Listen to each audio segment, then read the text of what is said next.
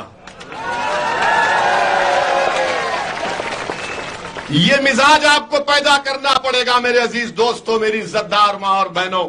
میں آج کے اس جن سبھا سے راجستھان کے ہمارے جاٹ بھائیوں کو ان کی سیاسی شعور کی مبارکباد دیتا ہوں۔ وہ بھی مسلمانوں کے برابر 9% ہیں مگر ان کے ودھان سبھا میں 37 ودھائک ہیں۔ میں ہمارے راجپوت بھائیوں کو سلام کرتا ہوں، وہ راجستھان میں آبادی میں 6% ہیں اور ان کے 17 ودھائک جیت کر جاتے ہیں۔ آپ مسلمان 9% ہیں اور 9 ہیں۔ اب بتائیے اس کا ذمہ دار آپ نہیں ہے تو کون ہے؟ کانگریس پر بھاجپا پر مت جائیے۔ اگر آپ یہ طے کر لیں گے کہ نہیں اس کے بعد اب یہ غلطی نہیں ہوگی، اب ہم انقلاب پیدا کریں گے، تو جس طرح جاٹ اور راجپوتوں نے اپنی سیاسی طاقت کو منوا لیا، کیا راجستھان کے الپسنکھیک سماج، کیا راجستھان کا دلت اپنی سیاسی طاقت نہیں بنا سکتا؟ مجھے یہ بتایا گیا کہ ہماری ایک بچی بیٹی جس کا نام سکینہ تھا، وہ ڈڈوانا میں ایک کالج کے پریزیڈنٹ کا الیکشن، ادھیکش کا الیکشن لڑ رہی تھی، سب نے مل کر سکینہ کو ہرا دیا۔ کتنی دشمنی، کتنی نفرت ہے۔ آپ کی اس ودھان سبھا میں 55,000 کے قریب مسلمان رہتے ہیں کہ اگر آپ ایک ہو جائیں گے تو کیا آپ یہاں سے جیت نہیں سکتے ہمارے دلت بھائیوں کو اور دوسرے سماج کے بھائیوں کو لے کر، بھائیوں بہنوں کو لے کر؟ اور ایک بات آپ کو سمجھانے کے لیے کہہ رہا ہوں، یہاں پر جو الپسنکھیک سماج کی منسٹری ہے راجستھان میں، اشوک گہلوٹ کی سرکار ہے، آپ 9% ہیں۔ آپ کو معلوم اس کا سالانہ بجٹ کتنا ہے؟ 60 لاکھ کی آبادی راجستھان میں اور آپ کا بجٹ ہے صرف 99 لاکھ۔ الپسنکھیک منترالے کا بجٹ ہے صرف 99 لاکھ، اور جس پردیش سے میں آتا ہوں تلنگانہ، وہاں پر مسلمان صرف 44 لاکھ۔ کتنے؟ 44 لاکھ۔ وہاں پر کتنا بجٹ ہے معلوم آپ کو؟ 1700 کروڑ روپئے۔ 1700 کروڑ روپئے۔ ٹھیک ہے، اس میں سے 200-300 کروڑ سرکار کبھی ڈنڈی مارتی ہے، مگر کم سے کم 1100-1200 تو مل جاتے ہیں۔ یہاں پر کتنا؟ 99 لاکھ۔ اور پھر اوپر سے اویسی آئے گا تو اویسی ایسا کرے گا، اویسی بھڑکاؤ بھاشن دے گا۔ ارے سنو میری بات کو، میری فطرت میں نہیں ہے کہ میں کسی سمودائے کے خلاف بولوں۔ میں رسول اللہ صلی اللہ علیہ وسلم کا امتی ہوں، میں قرآن کو، سنت کو ماننے والا ہوں، تو میں کیسے کسی کے خلاف، کسی کے مذہب کے خلاف بول سکتا ہوں؟ ہاں مجھے فخر ہے کہ میں مسلمان ہوں، اور جب تک اللہ زندہ رکھے گا مجھے فخر رہے گا کہ میں مسلمان ہوں، مگر کیا میں کسی سمودائے کا خلاف ہوں؟ کبھی نہیں تھا، نہ رہوں گا انشاءاللہ۔ میری لڑائی انصاف کی لڑائی ہے۔ جب آپ کو چاند اور سورج مل سکتا ہے تو مجھے نہیں مل سکتا؟ جب دوسروں کو سب سمان ملتا ہے تو مجھے سمان نہیں ملے گا؟ جب دوسروں کی جان کی قیمت ہے تو میری جان کی قیمت نہیں ہے؟ یہی تو میری لڑائی ہے کہ برابری کی لڑائی ہے، حصے داری کی لڑائی ہے، سمان کی لڑائی ہے، اور اسی پر ہم پر انگلیاں اٹھاتے ہیں کہ وہ اسی بھڑکاؤ بھاشن دیتا ہے۔ اگر سچائی کو بیان کرنا بھڑکاؤ بھاشن ہے، سن لو پرشاسن والوں، سن لو اشوک گہلوٹ کے چمچوں، جب تک میں زندہ رہوں گا سچائی کو بیان کرتے رہوں گا۔ اگر آپ یہ سمجھ رہے ہیں کہ ہماری جن سبھا میں لوگوں کو روک کر آپ بڑا تیر مار لیے، ارے جب چناؤ آئے گا روک کر بتاؤ دیکھوں گا میں۔ اتر پردیش کے چناؤ میں میری گاڑی پر گولیاں چلائی گئی مجھے ہتیا کرنے کے لیے، 6 گولیاں چلائیں، 6.5 فیٹ سے گولیاں چلائی گئی تھیں۔ اللہ نے یہ حکم فرما دیا تھا کہ اس دن اویسی نہیں مرے گا تو نہیں مرا۔ ارے جب گولیاں میرے حوصلے اور عزم کو نہیں روک سکتی تو کوئی ایک سرکار 5 سال کی کیا کر لے گی آپ کا ہمارا؟ انشاءاللہ کچھ نہیں بگاڑ سکے گی۔ میرے عزیز دوستوں اور بزرگوں، اسی لیے ہم آپ سے اپیل کر رہے ہیں کہ آپ بزرگوں کی ہم کو سرپرستی چاہیے، آپ کا ساتھ چاہیے، ہماری ماں اور بہنوں کی دعاؤں کی ضرورت ہے، اور نوجوانوں تمہارے جوش اور جذبے کو ایک صحیح راہ دکھانا ہے۔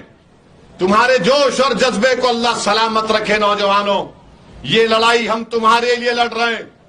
اور آج آپ دیکھ رہے ہیں کہ کانگریس پارٹی میں ماشاءاللہ سے ایک سرکس بنی ہوئی ہے۔ کانگریس پارٹی، ایک مکھیہ منتری کا ایک منسٹر کہتا ہے کہ راجستھان میں صرف 2 نعرے لگ سکتے ہیں، ایک راجیو گاندھی امر ہے، دوسرا اشوک گہلوٹ زندہ باد کے نعرے لگ سکتے ہیں۔ میں ان سے کہہ رہا ہوں کہ میں کہہ رہا ہوں اشوک گہلوٹ مرد آباد، نریندر مودی مرد آباد۔ کیا کرو گے؟ کیا کرو گے؟ گولی مارو گے؟ جیل میں ڈالو گے؟ ڈالو۔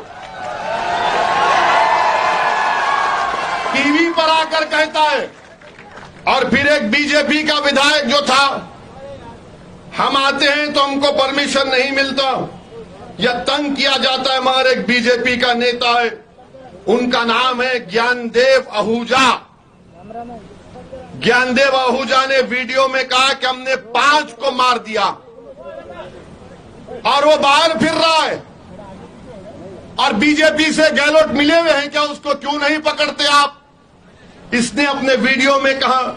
میرے عزیز دوستوں اور بزرگوں، پھر ایک ایسے کئی واقعات ہیں۔ الور میں ایک 16 سال کے بچے کو گاڑی سے رون دیا گیا کیونکہ اس نے وہ نعرہ نہیں لگایا تھا۔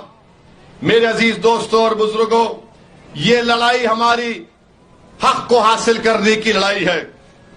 ایک کانگریس کا ایک نیتا بولتا ہے، بلکہ ان کے منچ پر چپل اور جوتے پھینکے جا رہے ہیں، کانگریس کے جن سبھا میں چپل اور جوتے پھینکے جا رہے ہیں، وہ دکان لگا دیے جوتوں اور چپل کی، اور ایک کوئی ان کا ودھائک منتری کہتا ہے کہ جب میں لڑنے پہ آ جاؤں گا تو کوئی باقی نہیں رہے گا۔ ارے بھائی، یہ کیا کوئی جنگ ہو رہی ہے؟ یہ راجنیتی ہے، مگر کانگریس پارٹی میں ہو رہا ہے۔ بھاجپا میں بھی ماشاءاللہ بہت بڑا ڈرامہ ہو رہا ہے، بھاجپا میں بہت بڑا ڈرامہ ہو رہا ہے۔ جو آپ کی سابقہ مکھیہ منتری مہارانی ہے وہ پریشان ہے کہ بھاجپا کے بڑے بڑے نیتا ان کی طرف دیکھ ہی نہیں رہے، وہ بھی پریشان ہے، مگر یہ دونوں ہم سے زیادہ پریشان ہیں۔ یہ کیوں آ رہا ہے؟ چناؤ 1 سال ہے ابھی سے، کیوں آ رہے ہیں؟ آئیں گے، ہم ضرور آئیں گے، یہ میرا سمویدھانک حق ہے۔ مجھے، میں اپنی بات جنتا کے درمیان میں کھڑے ہو کر بولوں گا، یہ جنتا طے کرے گی، عوام طے کرے گی۔ اگر میری بات میں سچائی ہے، اگر جنتا میری بات سے متاثر ہوتی ہے، اگر عوام اپنے معصوم بچوں کے مستقبل کے لیے فکر مند ہے، اگر جنتا یہ چاہتی ہے کہ ان کو سمان ملے، اگر وہ جنتا چاہتی ہے کہ ہم کو اپنا حق ملے، تو ضرور ایک سیاسی طاقت اور قوت بن کر ابھریں گے۔ میرے عزیز دوستوں اور بزرگوں، بی جے پی کی سرکار دیش میں ہے، اور دیش کے پردھان منتری نے یہ طے کر لیا ہے کہ بھارت کے یواؤں کا مقدر وہ بے روزگاری بنا کر رکھ دیں گے۔ جتنے یوا پورے وشو میں، پوری دنیا میں، اگر یوا بے روزگار ہے تو بھارت میں ہے، مگر دیش کے پردھان منتری سے آپ پوچھو نوکری کے بارے میں تو بولیں گے بھائیوں بہنوں چائے پی لو، نوکری کسی کو نہیں ملتی۔ جب آپ پوچھیں گے مہنگائی کنٹرول کیوں نہیں کر رہے مودی جی آپ، تو بولیں گے کیا میں نے رام مندر نہیں بنا دیا؟ کوئی غریب بولے گا کہ کسان کو اس کی دھان کی قیمت نہیں مل رہی ہے، تو موڈی جی بولیں گے